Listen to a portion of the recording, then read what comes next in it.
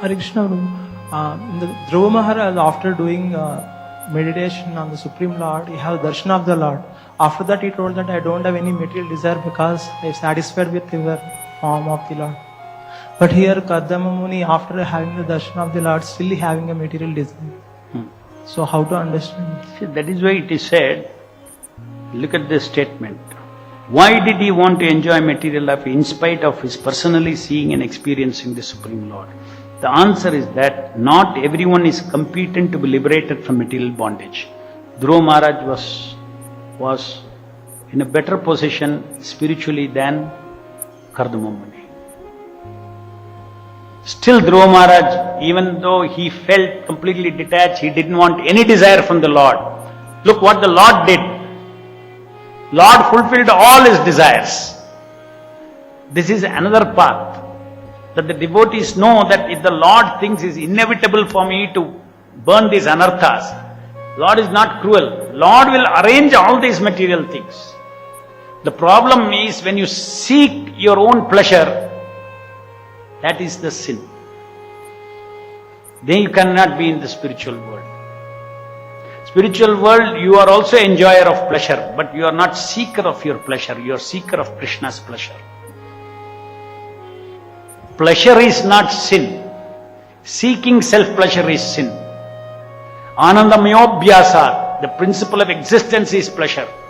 Of course, the principle of existence is not pleasure for, principle of existence for each living entity is not pleasure. That is always misunderstood. Anandamayobhyasa means total ananda, just like Prabhupada says, pouring water in the root of the tree. The entire tree, the ananda for the entire tree is a principle of existence. That is declared in Sri Madhu Bhagavatam, Chaitanya Charitamrita, everywhere. That principle of, that doesn't mean that each, for me, my principle of existence is ananda. No.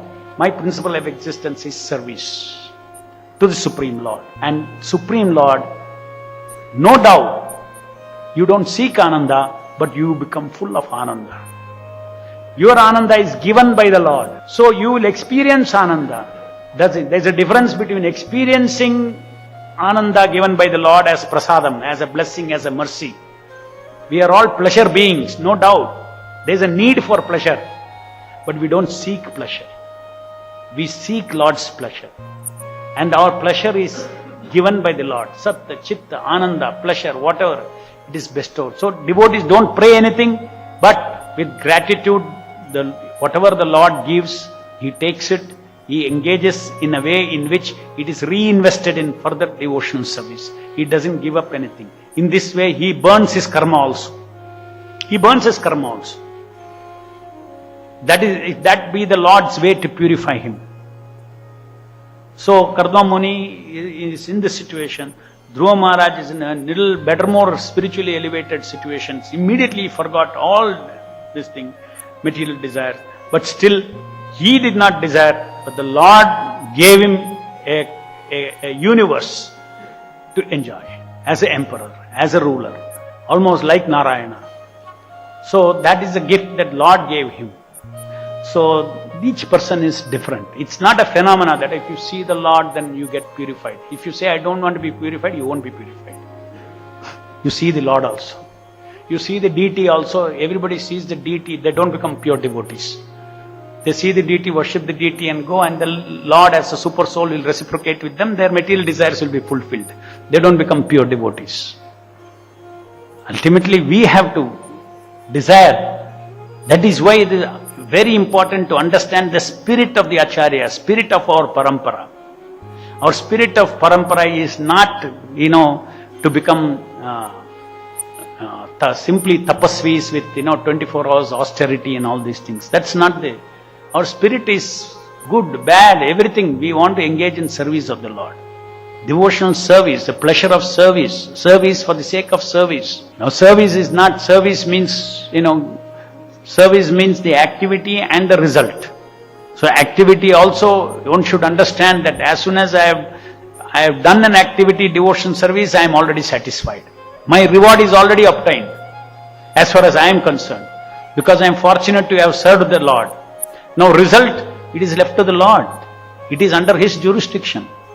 But have I given my full attention? Have I given my full desire? Have I given my full determination to do what my Guru has ordered? That's all. End of it, whatever happens is in the law, control of the Lord. I am not the proprietor of the results. I am not the cause of the work. There are 4 other causes of action.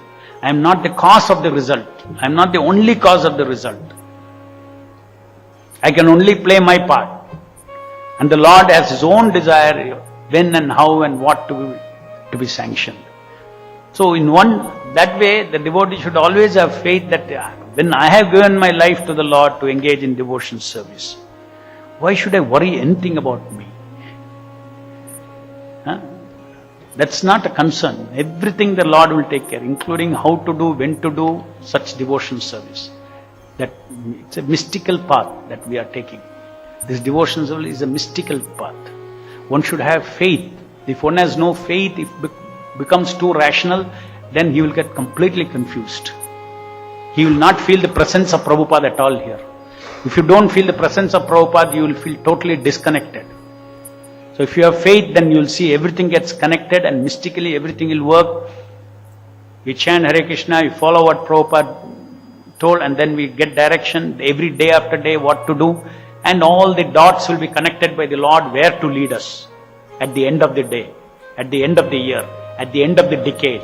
What preaching has to happen, what success has to come, what failure has to come. This is not our business. That connecting the dots is His work.